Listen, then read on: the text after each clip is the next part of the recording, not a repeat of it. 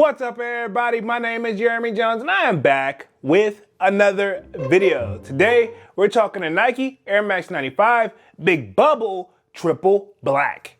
So stay tuned.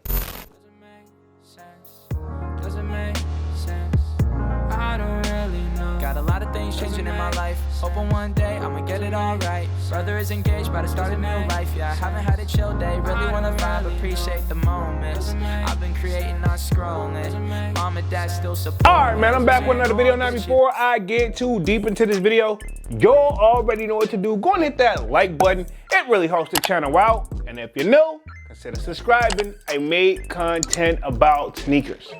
Alright, so let's dive into today's video. Just like I said in the intro, man, we're talking to Nike Air Max 95 Big Bubble Triple Black. All right, man, we're gonna be keeping things very simple over today. We're gonna be answering a basic old question.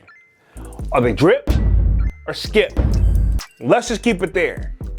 All right, so first things first, these set released December 27th, to the best of my knowledge, coming in at a retail price of $210, right? Okay.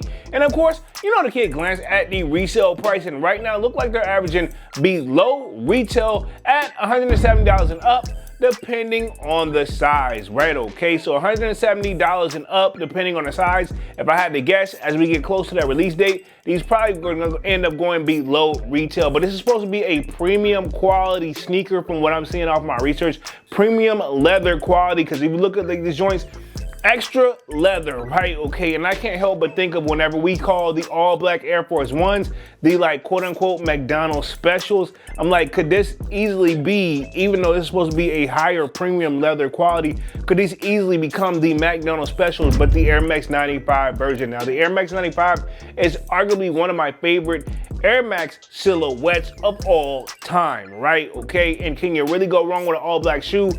I say depends, right? This one right here is that shiny black from based off the images and the research on these guys right here. Overall though, I still say dope shoe, because Nike does a premium version, and it feels like they haven't done it in a while. And I'm not just talking Air Maxes. I've seen it where they do like a premium Air Jordan 5 versus like something like, say like they do like the Air Jordan 5 Burgundy, and then they do a premium version. They are similar, but yeah, the premium version usually costs more, right? Okay, that's hence why these are probably at $210 based off my knowledge.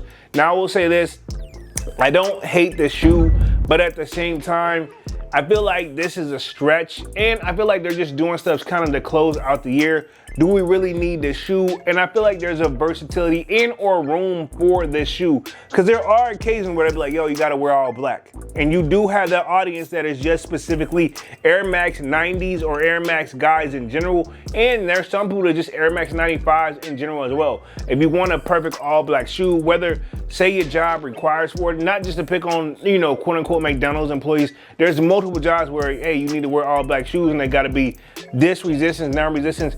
Usually Nike sneakers fall up under that category to a certain extent. I know I pushed the envelope when I had that requirement, and one of my first ever jobs, I had to wear all black shoes and they're supposed to be slip resistance. And that's when I personally started, not when I got introduced to the Air Force One, but when I started doing the all black Air Force One consistently, because it was something I just kept in rotation for work. Now, if we didn't have this option back then, or at least I didn't have that option back then when I was working those type of jobs, but here we are. I feel like there is room for the shoe, but do you want to spend that much money on a premium shoe and then mess it up at work? Because one thing I can tell you, the jobs I was working wearing those all black shoes, they did not last, right? Okay, and I don't think these would hold the test of time putting it through that type of work. But overall though, I'm gonna say dope shoe, definitely for the right audience, but for the kid personally, these will be a skip. Not a bad shoe, but if it didn't exist, probably wouldn't write home about it. So for the kid personally, these will be a skip. But I want to know what you guys think down in the comment section, and will you be going after these on December 27th, retailing at $210? And of course, let me know if you think they're drip or skip. All right, man, I'm going to buy this thing and stop rambling, man. Y'all be sure to hit that like button. It really helps the channel out. And if you know, consider subscribing. I made content about sneakers. Again, my name is Jeremy Jones, and thank you for watching, and I'm out.